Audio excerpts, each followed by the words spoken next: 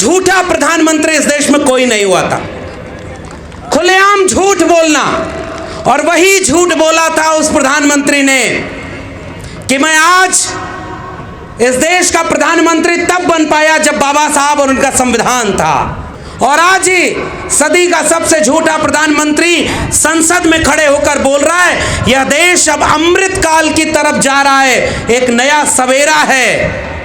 मैं उससे यहां रामलीला मैदान से यह सवाल करता हूं, किस बात का सवेरा और किस बात का अमृत काल, और कौन सा ये नया भारत है? मेरा सवाल ये है। हम ही को दरिया पे जाने से रोकने वाले हमसे ही पानी का हिसाब मांगते हैं। यह है आजादी के अमृत महोत्सव मनाने वाले मुल्क की हकीकत। इस देश में ऐसे लोग प्रधानमंत्री बन जाएं जिन्होंने इस देश को यह भरोसा दिया था कि वो बेच रहे हैं भारत को, मैं चैन से कैसे सो जाऊं, सौगंध मुझे इस मिट्टी की, मैं देश नहीं बिकने दूंगा। और जब वो प्रधानमंत्री बन जाए तो एक एक करके उन सारी चीजों को बेच दिया निजी हाथों में जो इस देश ने 70 साल में कमाया था, जैसे तैसे भी कमाया था। उसे चाय बेचते देश में किसी ने नहीं देखा, मगर देश बेचते इस देश के हर लोग देख रहे हैं, फिर भी ये मुल्क की आवाम खामोश है। मुझे अफसोस है इस मुल्क के लोगों के ऊपर कि उसने धोखा दिया, झूठ बोला।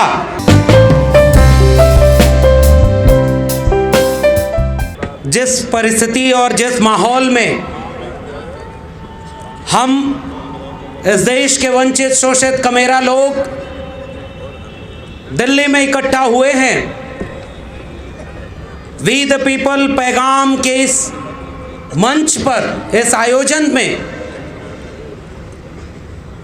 वो माहौल, वो देश की हालात बहुत मुश्किल और चुनौतियों भरे हैं। जिन वजहों से, जिन रास्तों से चलकर हमारे जैसे लोग देश के गांवों से निकलकर यहां तक पहुंचे, वो रास्ते बंद किए जा रहे हैं। मगर ऐसे वक्त में जब चारों तरफ निराशा का माहौल हो, लोग ये सोच रहे हों और आपस में बात कर रहे हों कि ऐसा लगता है कि बालू की तरह हमारी हाथ से हमारा हक, अधिकार, हमारी एकजुटता फिसलती चली जा रही है और हम उसे रोक नहीं पा रहे।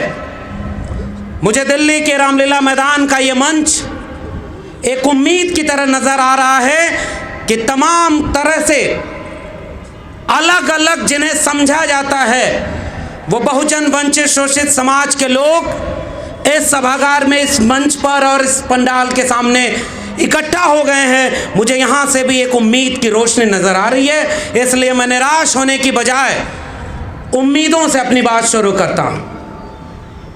उम्मीद इस सवेरे की जिसकी रोशनी यहाँ जो 3 आदमकद मूर्तियां खड़ी हैं, वो यूं तो मूर्ति है डॉक्टर अंबेडकर, महात्मा ज्योतिबा फूले, सावित्रीबाई फूले की, और 6-7 दिसंबर का दिन,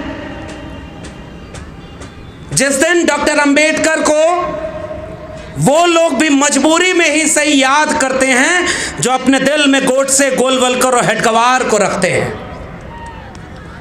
आप अपने पुरखों के उस कद को महसूस करिए जिन्हें पहले नजरअंदाज किया गया। मुल्क की आजादी के बाद उन पर किताबें नहीं छापी गईं, इस देश में उन पर कुछ पढ़ने के लिए किताबें नहीं मिली, विश्वविद्यालयों में शोध नहीं हुआ। गोया बात नहीं करेंगे तो डॉक्टर अंबेडकर खत्म हो जाएंगे, फूले खत्म हो जाएंगे, बिरसा मुंडा का नाम लेने वाला कोई नहीं होगा। मगर आज मैं इस बात को पूरी जिम्मेदारी से कहना चाहता हूं कि इस मुल्क के किसी भी कोने में हक हुकूक के लिए कोई भी आवाज अगर उठती है तो उन आवाजों में प्रेरणा स्रोत के रूप में भारत के संविधान के साथ बिरसा, फूले, अंबेडकर और पेरियार एक नजीर, एक उदाहरण बनकर के हमारे सामने है। मिटाने वाले मिट गए और आज उम्मीदों का नया सूरज हमारे सामने। ये बात बिल्कुल ठीक है कि जितनी आबादी हमारी है जितना हक मौका हमारे पास है उससे तो इस मुल्क के हुक्मरान, इस मुल्क के वंचित शोषित कमेरा लोगों को होना चाहिए था। लेकिन अफसोस, मैं तो दिल्ली विश्वविद्यालय में पढ़ाने वाला एक ठेके पर प्रोफेसर हूं। अब इस समय ठेके की बात क्या करना, जब इस समय इस देश में ऐसे लोग प्रधानमंत्री बन जाएं जिन्होंने इस देश को यह भरोसा दिया था कि वो बेच रहे हैं भारत को, मैं चैन से कैसे सो जाऊं, सौगंध मुझे इस मिट्टी की, मैं देश नहीं बिकने दूंगा। और जब वो प्रधानमंत्री बन जाए तो एक एक करके उन सारी चीजों को बेच दिया निजी हाथों में जो इस देश ने 70 साल में कमाया था, जैसे तैसे भी कमाया था। उसे चाय बेचते देश में किसी ने नहीं देखा, मगर देश बेचते इस देश के हर लोग देख रहे हैं, फिर भी ये मुल्क की आवाम खामोश है। मुझे अफसोस है इस मुल्क के लोगों के ऊपर कि उसने धोखा दिया, झूठ बोला। दुनिया, इस देश ने बहुत बुरे प्रधानमंत्री देखे, मगर इतना झूठा प्रधानमंत्री इस देश में कोई नहीं हुआ था। खुलेआम झूठ बोलना, और वही झूठ बोला था उस प्रधानमंत्री ने कि मैं आज इस देश का प्रधानमंत्री तब बन पाया जब बाबा साहब और उनका संविधान था। अरे भाई, अगर तुम बाबा साहब की वजह से प्रधानमंत्री बने तो बाबा साहब के सपनों का भारत बनाते, बिरसा और फूले के सपनों का, पेरियार के सपनों का भारत बनाते। तुम तो जुबान पर डॉक्टर अंबेडकर को रखते हो, बिरसा फूले को, और दिल में गोडसे और गोलवलकर का भारत बना रहे हो। आज जब हम यहां बात कर रहे हैं, इस देश में राज्यसभा में शीतकालीन सत्र शुरू हुआ है, और आज ही सदी का सबसे झूठा प्रधानमंत्री संसद में खड़े होकर बोल रहा है यह देश अब अमृत काल की तरफ जा रहा है, एक नया सवेरा है। मैं उससे यहां रामलीला मैदान से यह सवाल करता हूं, किस बात का सवेरा और किस बात का अमृत काल?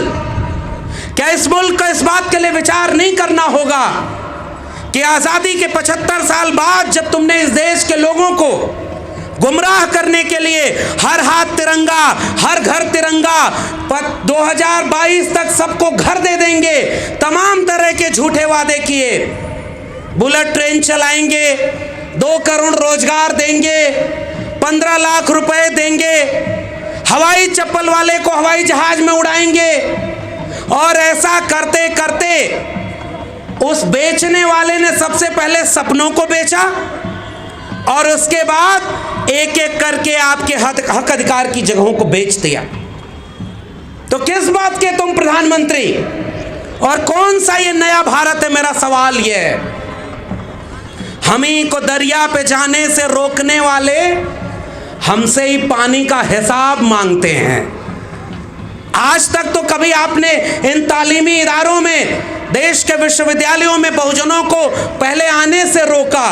मैं एक ही विषय पर बात करूंगा कि इस पूरी वंचना में सबसे ज्यादा भूमिका भारत के संविधान के कमजोर किए जाने की कैसे है। और चूंकि विश्वविद्यालय से जुड़ा हूं तो मैं ये बात कह रहा हूं कि विश्वविद्यालयों में सबसे पहले तो हमारे लोगों को आने नहीं दिया। डॉक्टर अंबेडकर हो, फूले हो, पेरियार हो, इन सब ने जो सबसे महत्वपूर्ण लड़ाई लड़ी थी, कलम और किताब की लड़ाई लड़ी थी कि अगर पीढ़ियों को कलम और किताब हाथ में पकड़ाएंगे तो वो केवल अपना मुस्तकबिल ही नहीं, इस मुल्क का मुस्तकबिल बदल कर रख देंगे।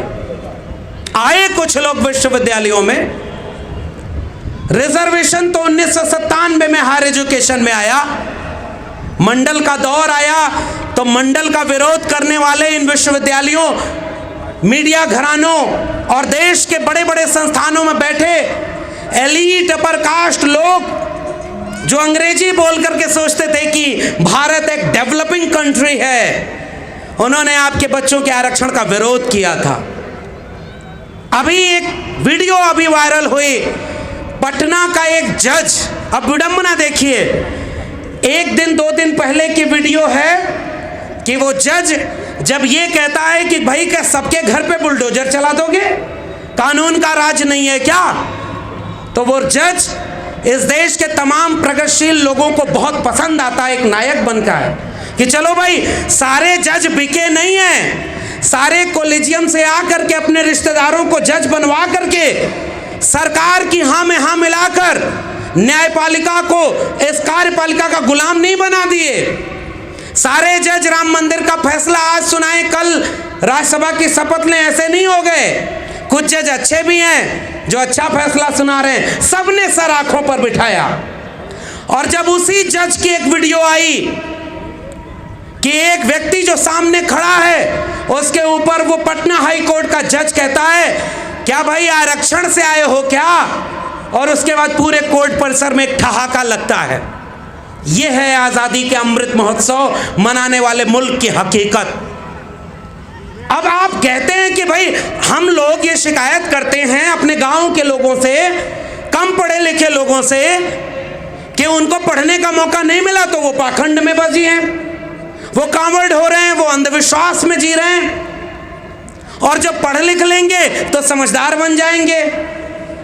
इस जज को जो जज बना है, पता नहीं कॉलेजियम से ही बना है, किसी की रिकमेंडेशन से बना होगा, वो इतना पढ़ लिख करके उस ओहदे पर बैठकर जब आरक्षण का मजाक बना सकता है तो कल्पना करिए एम्स से लेकर के देश के बड़े बड़े केंद्रीय विश्वविद्यालयों में आरक्षण पर कितना अपमान जलील हुआ होगा आपके अपने समाज का एक एक शख्स जिसको मेरिट के नाम पर दुत्कारा गया। जब इस देश में करोड़ों रुपए देकर के कोई डॉक्टर बना तो उस पर कोई चुटकुला नहीं बना कि इसने सीट खरीद करके डॉक्टर बन करके पेट में कैंची छोड़ दी हो, लेकिन अगर कोई आरक्षण से डॉक्टर बना तो लोगों ने मजाक बनाया है। अगर किसी ने आरक्षण से नौकरी ली तो इस देश के कुलपति प्रिंसिपल नहीं बनाया गया कि भाई कोटे से आया है, और जब 10% सुदामा आरक्षण आया तो वो सारे चुटकुले बंद हो गए। ये कौन सा देश है भाई। और मेरिट की बात करने वाले, उत्तर प्रदेश में एक वैकेंसी निकली, उस वैकेंसी में शेड्यूल कास्ट की मेरिट जाती है कट ऑफ 35 नंबर और ईडब्ल्यूएस की मेरिट जाती कट ऑफ 3 नंबर।